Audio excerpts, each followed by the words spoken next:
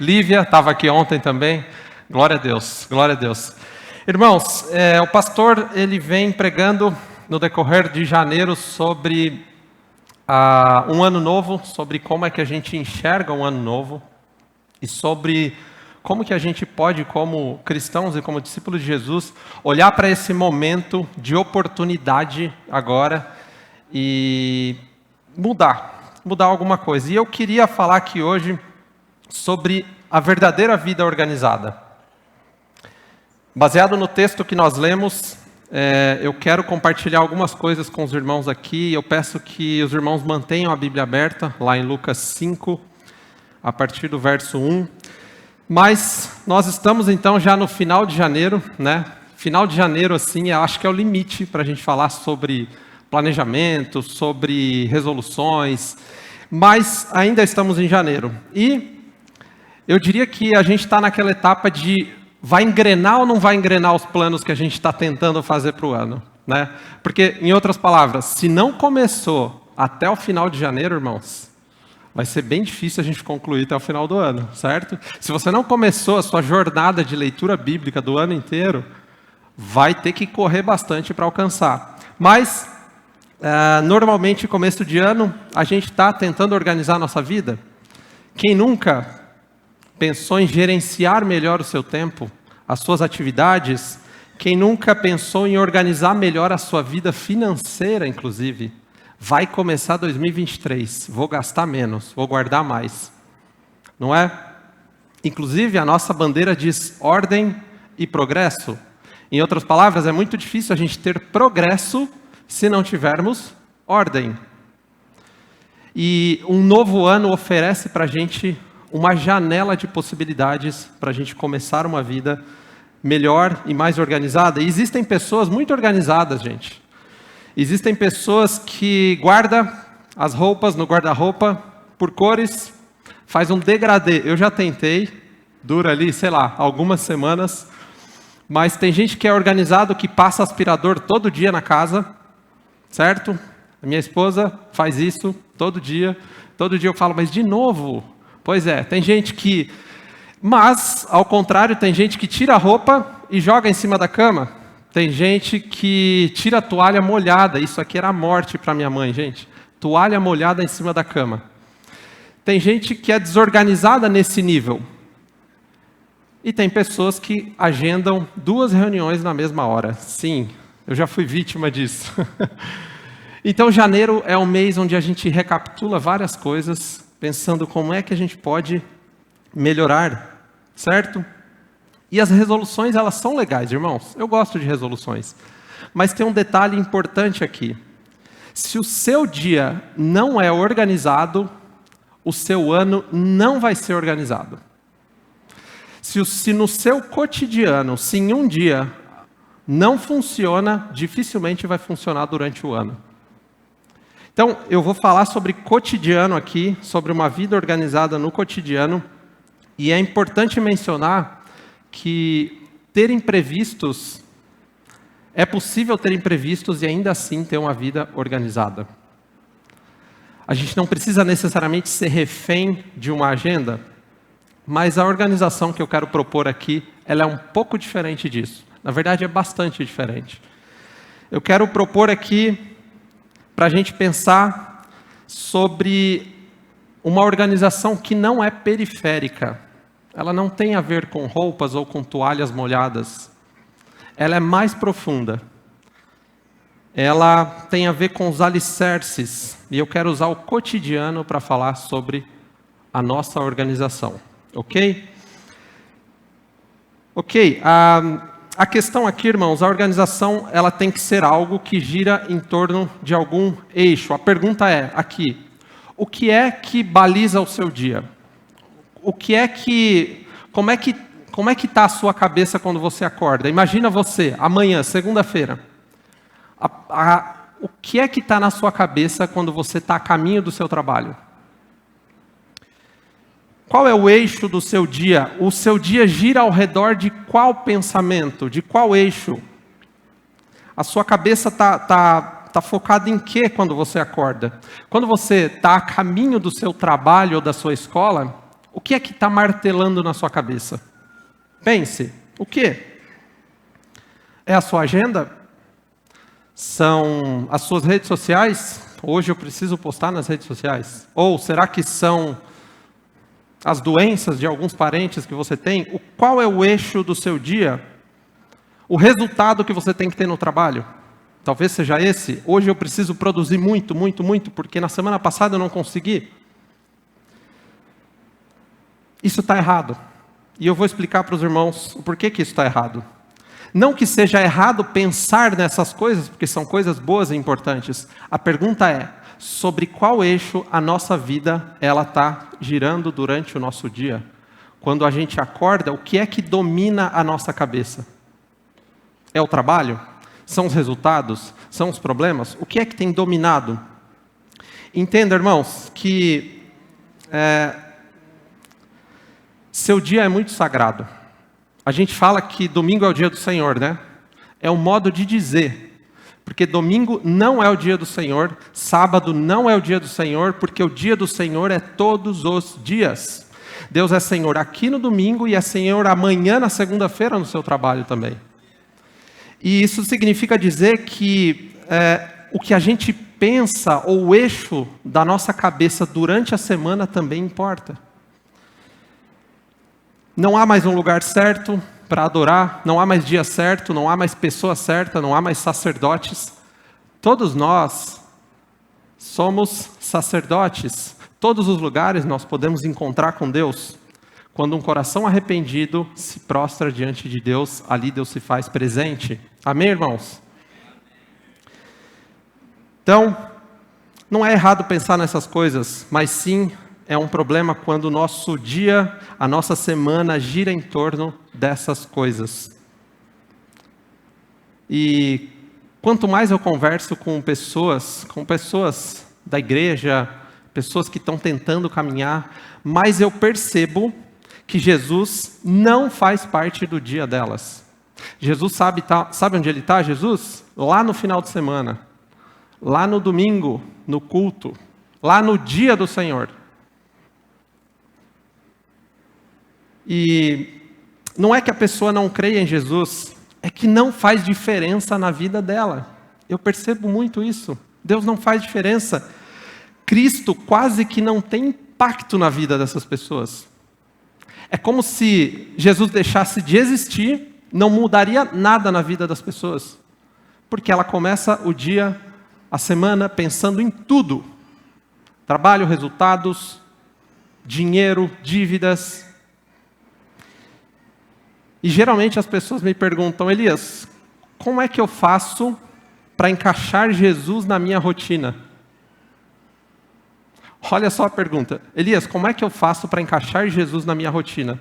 Irmãos, essa pergunta está errada. A pergunta é, como é que eu posso encaixar a minha rotina a partir do meu relacionamento com Jesus? Essa deveria ser a pergunta certa. E por quê? Porque Jesus deveria ser o eixo pelo qual a nossa vida gira. Todas as coisas, a sua família, o seu trabalho, a sua escola, qualquer coisa deveria estar girando ao redor de Jesus, ao redor do Cristo. E eu queria voltar lá no texto que nós lemos, Lucas 5. Eu vou ler na Nova Almeida atualizada aqui, Lucas 5, de 1 a 11. E eu já peço para você deixar a sua Bíblia aberta. Esse é um relato da pesca maravilhosa e dos primeiros discípulos. Aconteceu que Jesus estava junto ao lago de Genezaré e a multidão o apertava para ouvir a palavra de Deus. Então ele viu 2 barcos junto à praia do lago. Os pescadores tinham desembarcado e estavam ali lavando as suas redes. Entrando num dos barcos, que era o de Simão, Jesus pediu-lhe que o afastasse um pouco da praia e, assentando-se no barco, ensinava as multidões.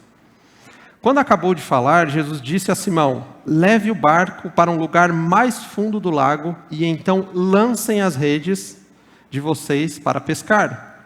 E em resposta, Simão disse, mestre, havendo trabalhado toda a noite, nada apanhamos, mas sob a tua palavra lançarei as redes. Fazendo isso, apanharam grande quantidade de peixes e as redes deles começaram a se romper. Então fizeram sinais aos companheiros de outro barco para que fossem ajudá-los. E foram e encheram ambos os barcos a ponto de quase afundarem. Vendo isto, Simão Pedro prostrou-se aos pés de Jesus, dizendo: Senhor, afaste-se de mim, porque eu sou pecador. Pois à vista da pesca que fizeram, a admiração se apoderou dele e de todos os seus companheiros, bem como de Tiago e João, filhos de Zebedeu, que eram sócios. Então Jesus disse a Simão: não tenha medo. De agora em diante você será pescador de gente. E arrastando eles os barcos para a praia, deixando tudo, o seguiram. Vamos orar, irmãos, para que Deus fale conosco por meio dessa palavra. Deus e Pai, nós agradecemos, Pai, pela Tua bondade, agradecemos pela Tua misericórdia e pedimos, Pai, que o Senhor, e somente o Senhor, Pai, fale aqui, que o Senhor revele aos nossos corações as verdades desse texto, Pai. E que os nossos corações saiam daqui aquecidos para a glória do Teu nome. Amém. Amém. Irmãos, esse é um texto narrativo. Ele narra um evento que acontece ali junto à praia.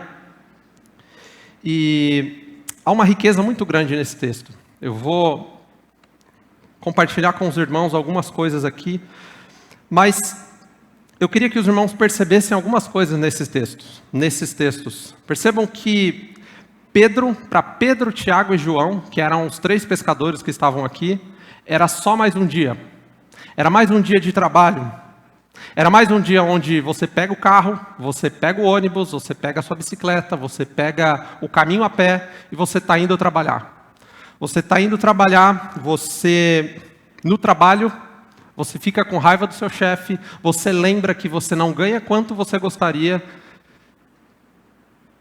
E pior, o seu carro quebra. Esse é o dia do congestionamento. Quem aqui já pegou congestionamento de horas? Pois é, irmãos, é uma das coisas mais ruins que tem. Sair do trabalho e pegar congestionamento. Esse é um dos dias para Pedro, Tiago e João que nada deu certo. É o dia que o carro quebra e ele não tem dinheiro. É o dia que ele ficou desempregado. É o dia que ele não pegou nenhum peixe tendo trabalhado a noite toda. Nada funcionou. Mas Jesus passa por ali. E tudo muda. O barco já não é mais barco. Peixe já não é mais peixe. Areia já não é mais areia. E vocês vão perceber que tudo muda nesse texto quando Jesus passa por lá. Acontecem algumas coisas muito maravilhosas aqui. E porque, irmãos, a gente tem uma tendência de falar muito que o nosso trabalho secular... Irmãos, não existe trabalho secular, sabia? Para quem é discípulo de Jesus, existe trabalho. Não existe vida secular, existe vida. Porque não importa se você está pescando peixe ou se você está atendendo num consultório, aquilo, para a glória de Deus, também é missão. E a gente vai entender um pouquinho aqui hoje sobre isso. Tudo é missão, tudo. A questão é, qual é o eixo pelo qual o seu dia circula? Qual é a mentalidade que domina a sua mente a caminho do seu trabalho? Mas ok, o que é então a verdadeira vida organizada? A vida organizada, irmãos, é uma vida que gira em torno de Cristo. E eu quero tirar 3 lições desse texto que a gente leu aqui de Lucas 5, por isso que eu pedi para os irmãos deixarem a Bíblia aberta. 3 lições, irmãos. Primeira lição, se você tiver caneta aí e quiser anotar, anote. Jesus quer fazer do seu trabalho, ou seja, do seu barco, o púlpito dele. Jesus quer fazer do seu barco, do seu trabalho, o púlpito dele. Olha o que diz no verso 1. A multidão apertava para ouvir a palavra de Deus. O que está acontecendo aqui, irmãos? O povo quer ouvir. O povo está se apertando, o povo está sedento por ouvir a palavra. E aqui, quem é que é esse povo? Esse povo é a sua família, esse povo são as pessoas que trabalham com você, esse povo são os seus amigos, que às vezes você não sabe o quanto eles precisam, mas eles precisam ouvir de Jesus. Eles estão preocupados, eles estão ansiosos, eles estão preocupados com os avós que estão doentes, com o pai que está desempregado, com a mãe que está com problemas. Eles precisam ouvir Jesus.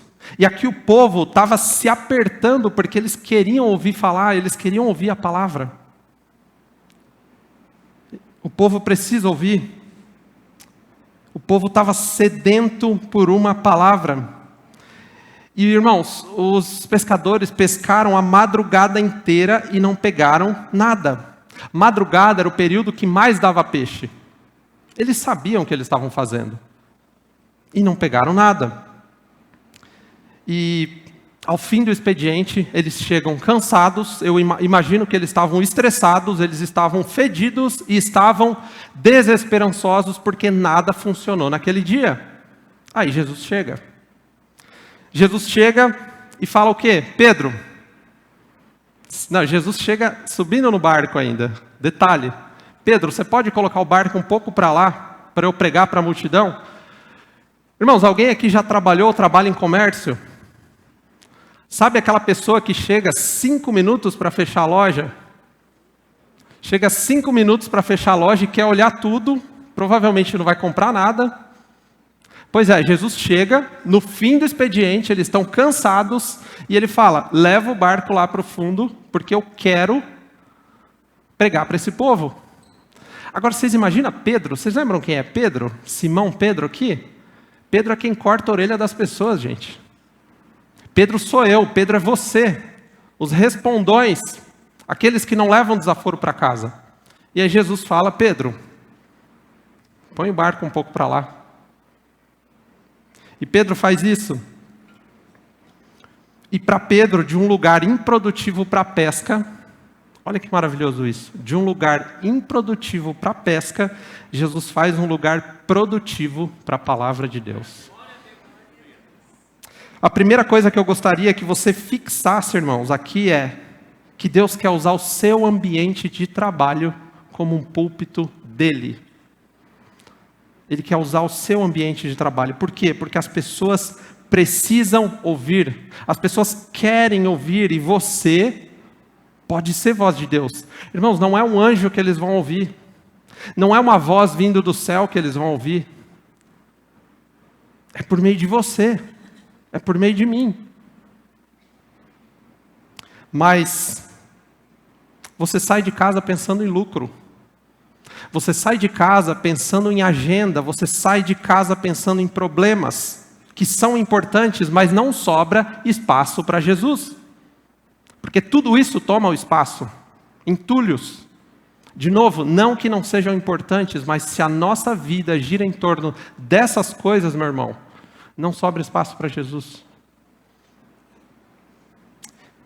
Muita gente acha que esse aqui, irmãos, esse aqui é o lugar que Deus fala. Deus fala também. Mas não é só aqui. Quantos púlpitos tem nessa igreja? 1, certo? Quantos púlpitos essa cidade pode ter?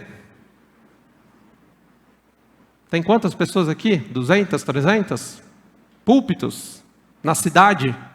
Percebem? É isso, é sobre isso, irmãos. Quando um amigo seu quer conhecer Jesus, você não tem que convidar ele para vir à igreja, irmãos. Porque a igreja está lá, se é que ela está. Porque não existe mais um templo certo para que as pessoas ouçam e conheçam a Jesus. Porque agora, todos aqueles que nasceram de novo se tornaram o quê? Pedras vivas de um templo, cujo templo é o corpo de Cristo, cujo Cristo é o cabeça. Então, se você creu em Jesus, a igreja está lá no seu trabalho. O púlpito está lá no seu trabalho. Amém, se ele quiser vir na igreja, glória a Deus. Mas ele não precisava, certo? Segundo Atos 2, ele deveria desejar vir aqui, porque, onde que se reúne esse povo aqui, ó, maravilhoso, que se ama? Onde que eles estão? Ah, é na 13 de maio, 1434? Eu vou lá. Só que o que a gente tem que fazer? Convencer a pessoa a vir. Caminho inverso. A igreja está lá. Nós podemos ser boca de Deus, irmãos. Nós podemos ser boca de Deus onde nós estivermos. E não como um crente chato. E aqui, entendam o que eu estou falando. Não como alguém que fica empurrando Jesus. Porque Jesus não é um produto barato que está à venda. Desculpa a expressão. Nós precisamos anunciar a boa nova do Evangelho. E o Espírito Santo, quem é que convence o homem do pecado, da justiça e do juízo? É o Elias? Não é o Elias. Então não ser um crente chato é você saber o poder da mensagem que você está oferecendo e levá-la com doses de bálsamo, de amor e de conselho. Jesus tinha uma estratégia maravilhosa. Ele virava a mesa com religiosos e abraçava prostitutas. Olha que estratégia, né? Inclusive, se Jesus estivesse nos dias de hoje, Jesus seria escandaloso, porque se alguém visse numa esquina Jesus sentado com uma prostituta e ela lavando os pés dele, ela agachada, cancelado. Jesus é cancelado no século 21, não é? Porque as pessoas precisam ouvir da misericórdia e do amor de Deus. Jesus, ele não está em promoção, gente. A mensagem é maravilhosa. E se nós vivê-las, se nós viver essa mensagem, não vai sobrar dúvidas de que povo se trata, a que Jesus e a que Senhor a gente serve. Não restará dúvidas. Então, precisamos anunciar as boas novas do Evangelho e esse anúncio precisa partir de uma vida cujo eixo é Jesus. E você será a boca de Deus. Segunda lição que eu aprendo nesse texto, irmãos. Jesus quer ensinar você a fazer o que você já sabe. É isso mesmo. Jesus quer ensinar você a fazer o que você já sabe. Olha o que diz no verso 4. Pedro, põe o barco mais fundo e lance a rede ali. Imagina Pedro ouvindo isso.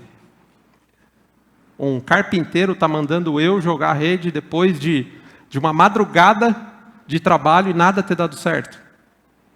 Pois é. Vai de novo lá. Vai de novo atender aquele cliente. Vai de novo falar com seu chefe. Vai de novo conversar com seu pai. Vai de novo conversar com a sua mãe. Jesus, mas eu já conversei. Jesus, mas eu já falei várias vezes. Vai lá de novo. Jesus, eu estou há 10 anos nessa empresa e eu conheço bem o que eu estou falando. Eu não vou fazer isso. Jesus quer te ensinar a fazer o que você já sabe fazer. Em outras palavras, Jesus, com todo respeito, Pedro poderia dizer, o senhor é carpinteiro, o senhor entende de cadeira, o senhor entende de mesa, mas aqui de areia e de mar, quem entende sou eu. Pedro podia dizer isso, né? Então, mas Pedro indaga em resposta.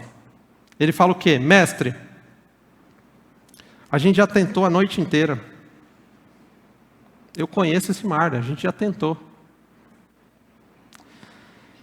E Jesus vem e diz para mim e para você, vai de novo, continua, faça de novo.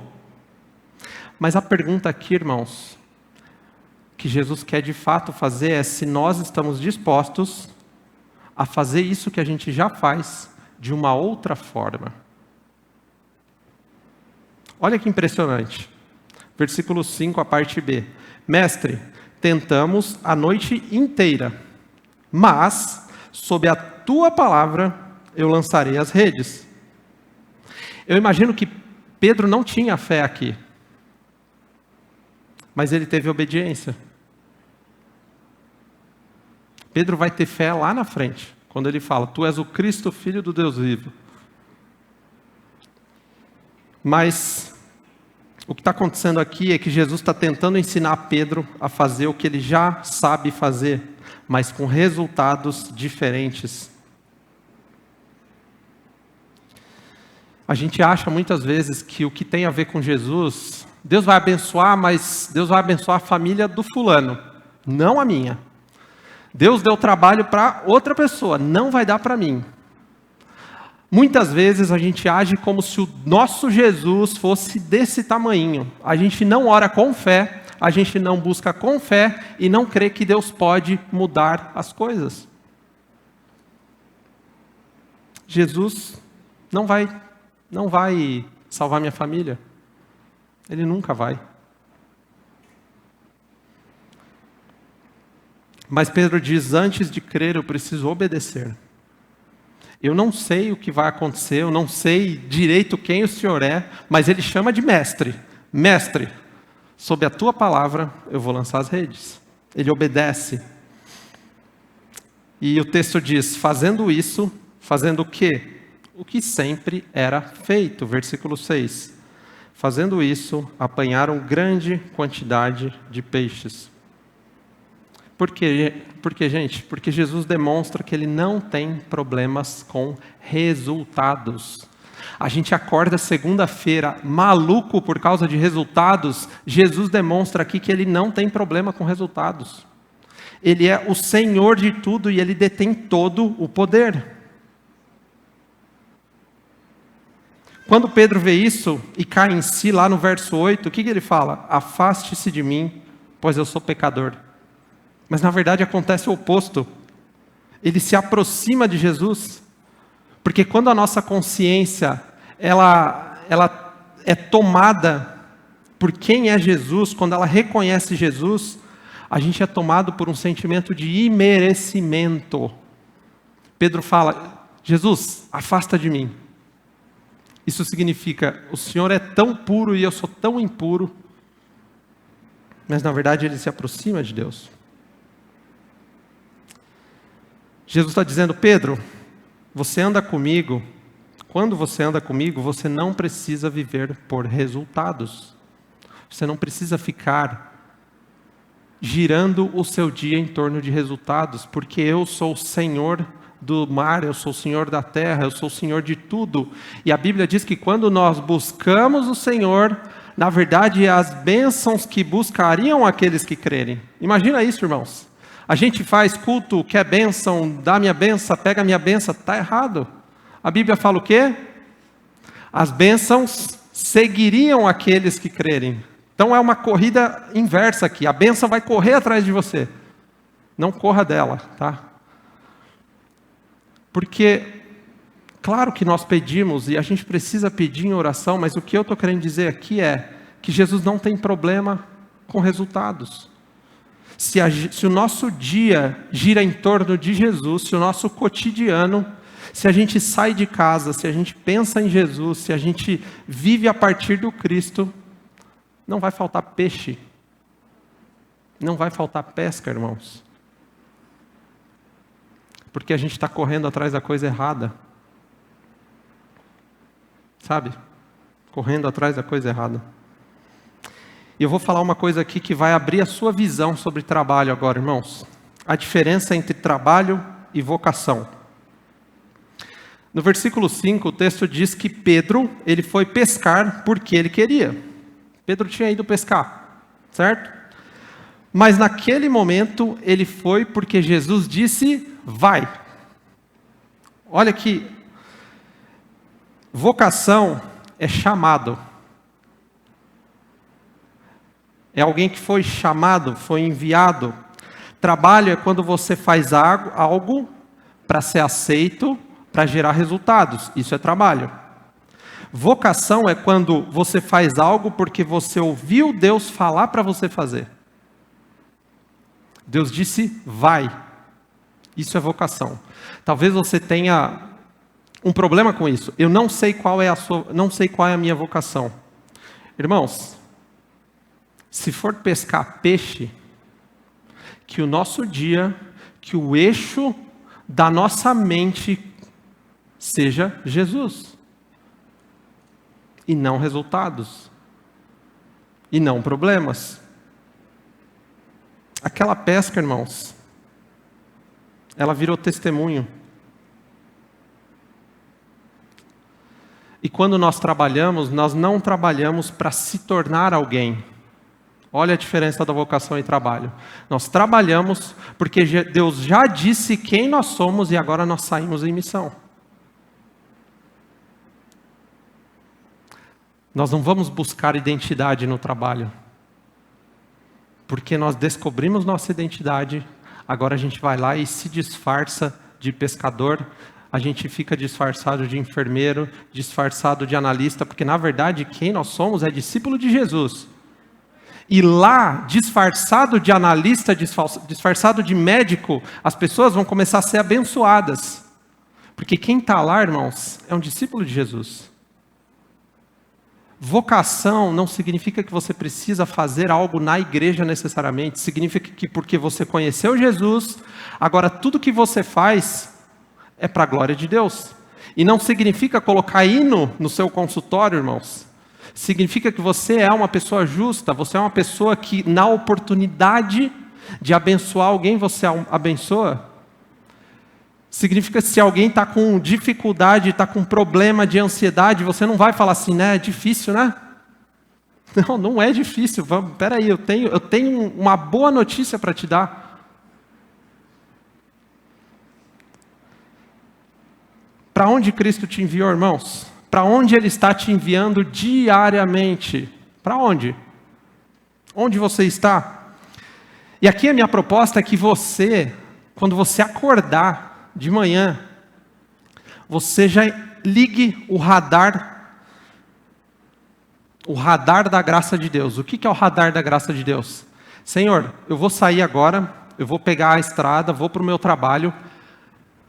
Como é que eu posso abençoar alguém hoje? Quem que o Senhor quer que eu abençoe hoje? Porque eu não estou indo para lá para pescar peixe só. Quem é a multidão que está sedenta lá, Jesus? Começa a perguntar. E você vai começar a perceber uma pessoa compartilhar uma coisa aqui, uma coisa ali, uma dificuldade familiar ali. E aí você vai conseguir trazer boa notícia. Você não precisa mais ser escravo dos maus desejos. Existe um Senhor e Deus que Ele não mata, Ele morre.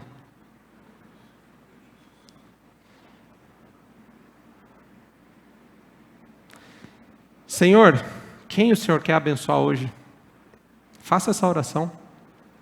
Saia de casa perguntando a quem o Senhor quer abençoar hoje. Eu tenho certeza, irmão, que os seus olhos vão ficar muito mais abertos para abençoar pessoas do que na loucura dos resultados, na loucura dos problemas. Por que o Senhor está me enviando hoje para o meu trabalho, Senhor? Por que eu não morri ainda? Por que eu estou aqui ainda? A quem o Senhor quer abençoar? Que maravilhoso, né? Primeiro, Jesus quer fazer do seu trabalho o púlpito dele. Segundo, Ele quer ensinar você a fazer o que você já sabe, mas de uma forma diferente. Terceiro, Jesus quer tirar o foco das coisas. Jesus quer tirar o seu foco das coisas e colocar em pessoas. Olha o que diz no verso 9. Depois que Pedro fala para Jesus, afaste de mim, que sou pecador, verso 9, ele diz, não tenha medo, de agora em diante e até o fim, você será pescador de gente. Em outras palavras, Pedro, você está pescando peixe, mas o que eu quero que você pesque mesmo é gente. O que Jesus está ensinando para Pedro aqui é que a vida não gira em torno de dinheiro, a vida não gira em torno de carros, de coisas, de status, de cargo, não gira em torno disso. A vida não gira em torno disso. Jesus diz, eu morri por gente. Jesus morreu por gente. Pessoas são sagradas e carregam a imagem de Deus. São pessoas. Irmãos, por trás de todo profissional que você se relaciona durante a semana, existe um ser humano carente da misericórdia de Deus.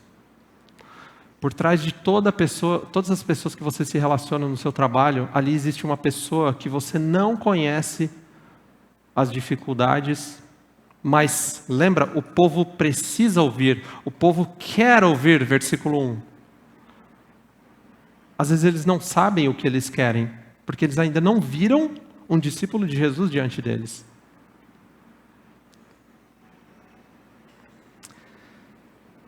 Consegue entender, irmãos? Pescador de gente. Pedro, por meio do que você já sabe, eu quero usar para abençoar gente. O nosso chamado, irmãos, é gente. Nosso trabalho não é coisas, nosso trabalho não é estrutura, nosso trabalho são pessoas. Imagina você numa reunião com uma pessoa, e ela começa a falar, você fala assim, você está bem? Ela, não importa, vamos fechar isso aqui. Não, importa sim. Como é que você está? A gente vai fazer isso daqui a pouco, mas como é que você está? E às vezes essa pessoa não gosta de você. Às vezes essa pessoa já falou mal de você. Mas você é um discípulo de Jesus. E é isso que nós aprendemos de Jesus, que é manso e humilde. Preste atenção em gente, pessoas.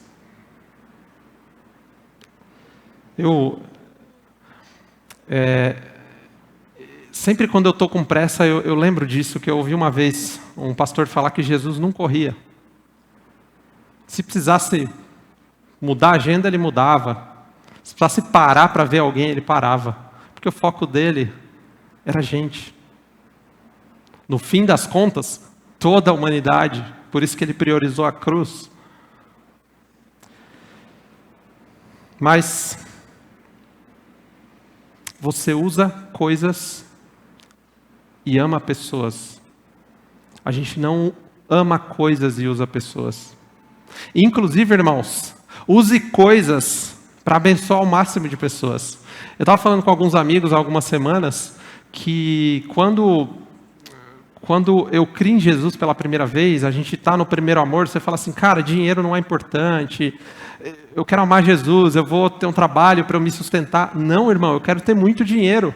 Quanto mais dinheiro eu tiver, mais pessoas eu posso abençoar. Porque coisas servem para abençoar pessoas. Dinheiro não é eterno, pessoas são eternas. Glória a Deus? É isso, irmãos. Use os recursos que Deus te deu para abençoar pessoas. Eu acho maravilhoso quando Deus me revela pessoas precisando de algo que eu já tenho. E algo que eu posso dispor. E muito mais bem-aventurado é quem dá do que quem recebe. Lembra disso? Glória a Deus. Ame pessoas, ame gente. E use coisas para abençoar pessoas. Isso pode ser uma porta para o Evangelho, inclusive.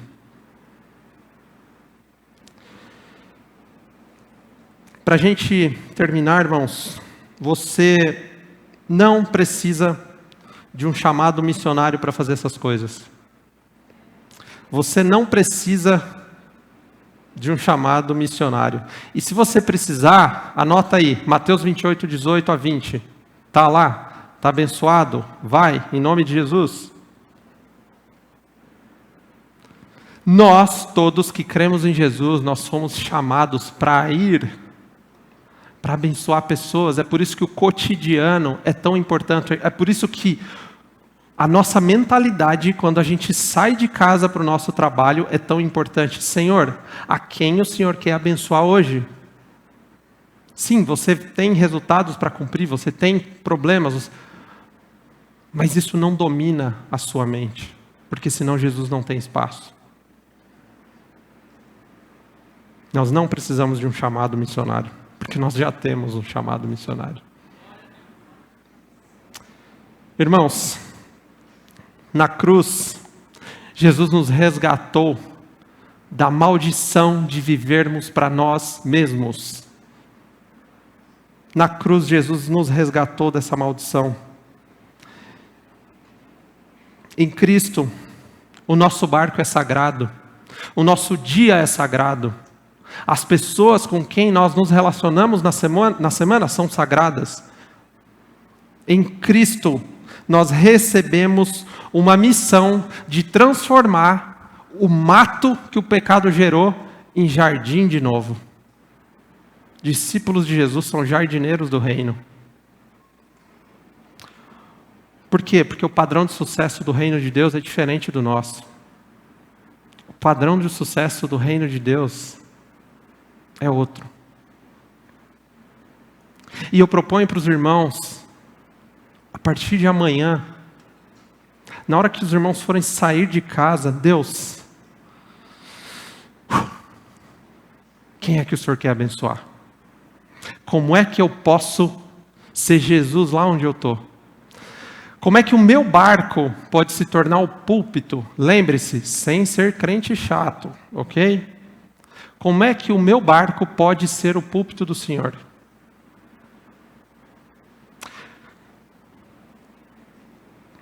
A alegria do discípulo não depende do resultado da pesca.